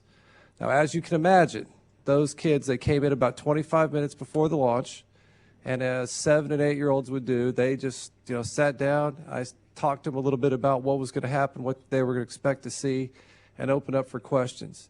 These kids grilled me. I mean, they grilled me for 24 and a half minutes, and good questions. And, we got down to 25 seconds left in the countdown, and they cut to a camera angle that had the big mission clock, with the front of the shuttle. And, of course, didn't see this coming, but, anybody else in the room could have. Those kids started screaming out the countdown at the top of their lungs, 25, 24, and they're howling and having a ball. But then the best part of it, the most inspirational thing happened right down as the countdown got down to about 5, and the main engines start to come to life, and then the solid rocket boosters fired, and she left the pad. And when she did that, every kid in that room was quiet and just staring at that TV, watching that shuttle climb up into orbit, into space. NASA has the power to inspire. It's out there, and we just need to find a way to tap it. Thank you all for coming today. Thank you. Thank you, Mr. Olson. You know, it wouldn't be a space subcommittee hearing if we didn't have a chance to hear from Mr. Ralph Hall.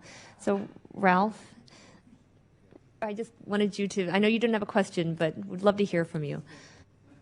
Thank you, Madam Chairman. What a great chairman you are. And thank you for not even bad to look at. And I've tried to get in touch with you when your husband was out of this world. Thank you. I've been in a very unhealthy atmosphere of a health bill downstairs, giving opening statements, so I'm still kind of goofy. But this is very important to me, and this is a great witness group here. And I'm sorry I did get to read some of the opening statements. I didn't get to hear the questions, but I really thank you, because what you tell us is things that we need to know for the future. And I'm sure I have an idea of what you said, but what we're all saying now is, I don't know about what part of the R&D that we're entitled to or we get, but we need just a little more of it, because we need to close that 4-year gap in there some way. And I tell this story, and I told it to the gentleman who's heading up the study, the former CEO of Norm Augustine, and my kids hate for me to tell them stories about the Depression and World War II, but I make them listen. And sometimes I'll tell them a story, and then I'll wait about 10 minutes, and I'll start all over telling it again. And their eyelids will click at one another, and they'll hit one another. And I'm just practicing for when I really get in that shape, I got to be looking ahead. But I told Norm about the last days of the Battle of Midway, before the Battle of Midway, which won the Pacific and ended the war against Japan. We had one carrier that was really fighting shape. We had another carrier that it was to take 7 months to repair it to where it could leave the port of Honolulu. And Admiral Nimitz went aboard, and that was on a Monday. And after his speech to him, he told them that carrier was going to go along with the other carrier. They were going to be at a certain spot northwest of Midway, waiting for the Japanese to attack. We'd broken their code. We knew they were coming. We knew where they were coming from. He said, this ship will be ready, no matter what it takes. And that's what I want somebody to say to them. It's money, and if we can't close in on that 4 years, either from one side using the bird we have, and I don't know any better way to put it other than robbing off of the other two, but to make it as safe as we can and get 2 years down to meet the 2 years that we could encourage the completion of our goal. It has to be done. We just don't have any choice. We can't be subject to Russia's whims, and we can't lose Japan and all those other people as partners as they are now. We've got so much to lose. And NASA is great, but I don't think they've been great enough to let the word go forth of how great they really are and what they really do for us and what they've done for people my age and then the fallout from health. We simply have to have our space station, and we need to accept nothing less than that. We just got to fight and battle and scratch for it. I think everybody here feels about the same way I do about it, and I certainly thank you all for your testimony. Thank you.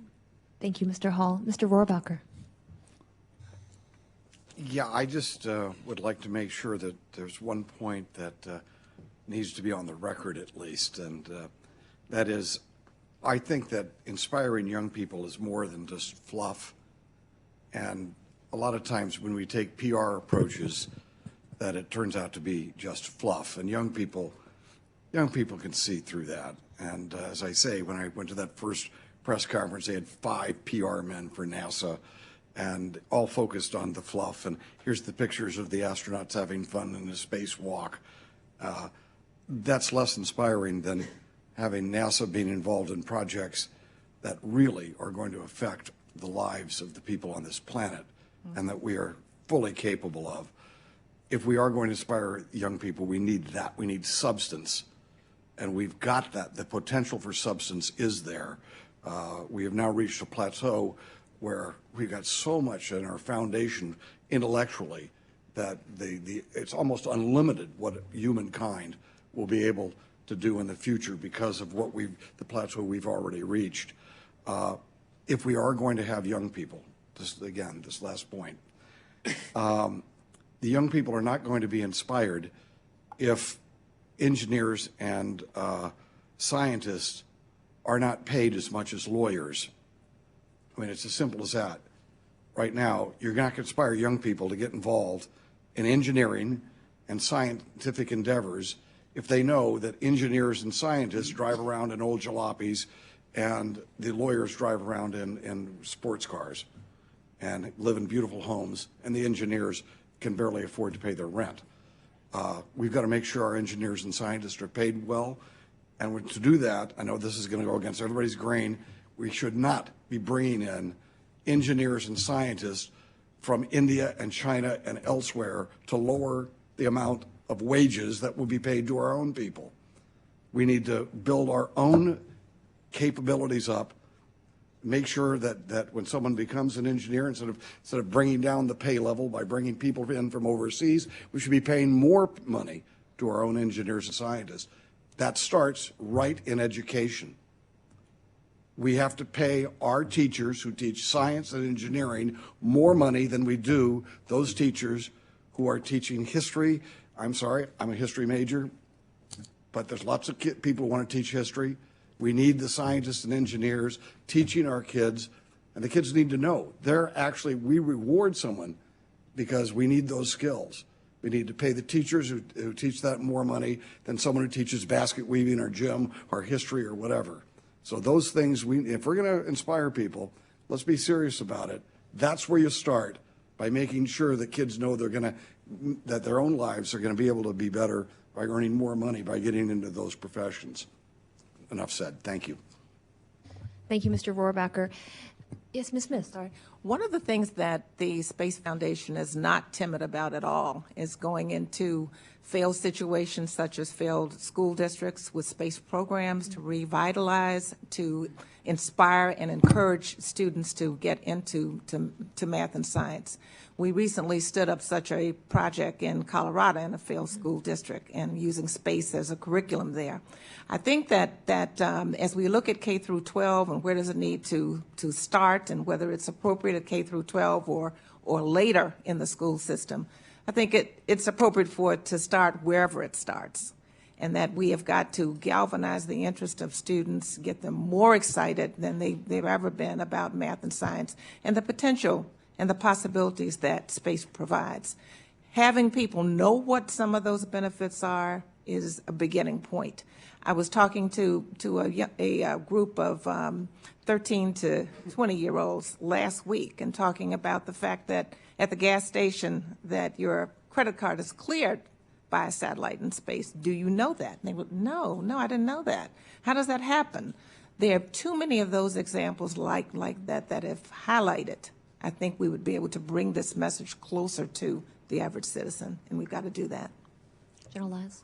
Yes, ma'am. I agree 100% with Congressman Rohrabacher, but I might point out that where perhaps resources are not available to pay people the way they should be, the other thing I've found that galvanizes and incentivizes and motivates engineers and scientists is having great things to work on.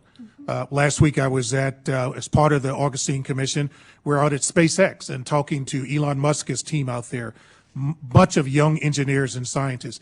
Every one of them said exactly the same thing. They're not there for the pay. Right now the pay is not there. They're still early beginning stages of their organization.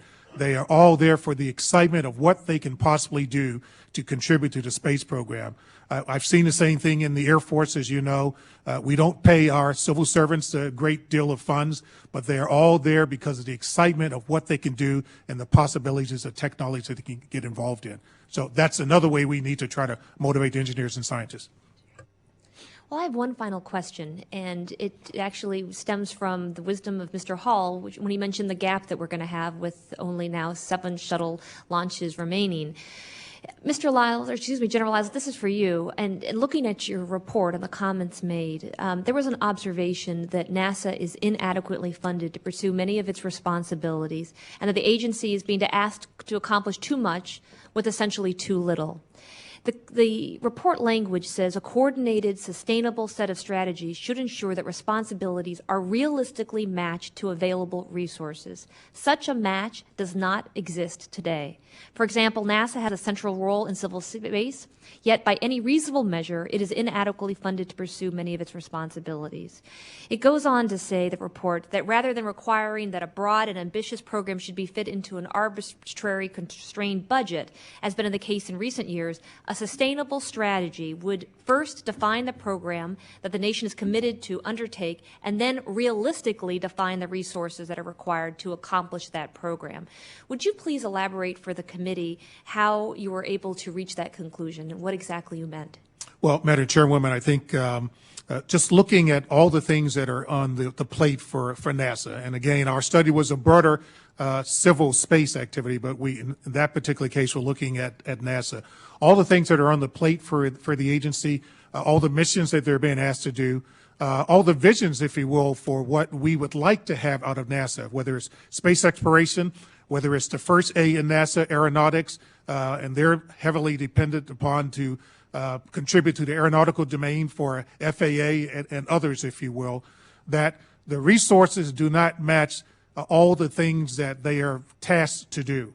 And our recommendation was that we take sort of another look, if you will, not at taking away any of the missions, because I don't think any agency is better equipped or better stated for doing the things that we've asked NASA to do, but figuring out how can we set the strategy for when some of those things get accomplished.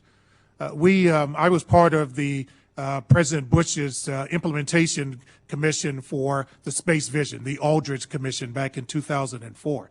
And one of the things we recommended, and even taking on the broad exploration mission, was a statement we called "Go as you can pay."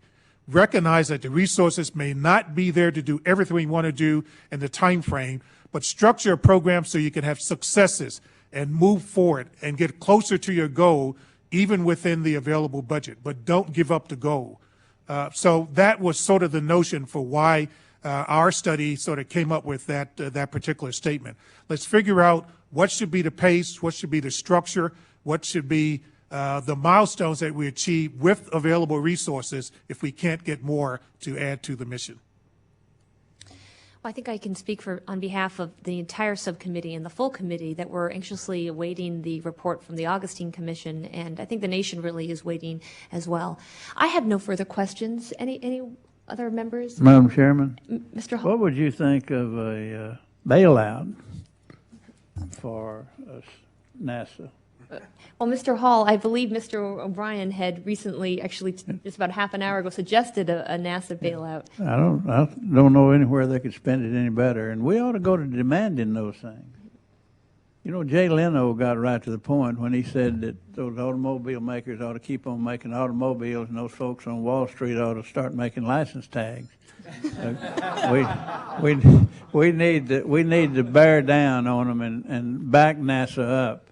And it's money, and if they're throwing money away like they are right, left, and sideways, why can't they put it somewhere where it really means something to everybody from K to 12 to graduation from college and to brilliant people like you four? Tell them we need that, and we ought to start a write-in right today, urging that. There's $450 billion laying up there somewhere out of that first $800 billion. And we just need 3 or 4 or maybe 4 or 5 billion, a little old billion of dollar, little bitty $1 billion bills. Go. Madam, thank you for a good job. Thank you, Mr. Hall. In closing, we of course have to congratulate our new administrator at NASA, Charlie Bolden, and our new deputy administrator, Lori Garver. Talking about diversity, we're going to have an incredible new team for the Obama administration that begins today. And I think reflected from many of the members, you'll hear this tremendous concern, our national economy, our energy resources, what's happening in healthcare, what's happening in terms of global terrorism. And in terms of I believe, representing the best foot forward that our country can make is with having a strong space program. And that is something that I know that we're going to work collectively on. So I want to thank our panelists for being here today, our witnesses, for helping us remind the nation this great promise and this great potential that NASA brings to us, and the ability to communicate that greatness to America and to the world. That is the end of our hearing, and I would like members to know that the record will remain open for 2 weeks, and if there are additional statements being made by the members, they can submit those questions, or follow-up questions from the subcommittee to our witnesses. And the witnesses are now excused, and the committee is adjourned. Great job, Patti. Thank you very much. Debbie, fantastic job. Wow, super. Thank you. Honored to meet you. I'd love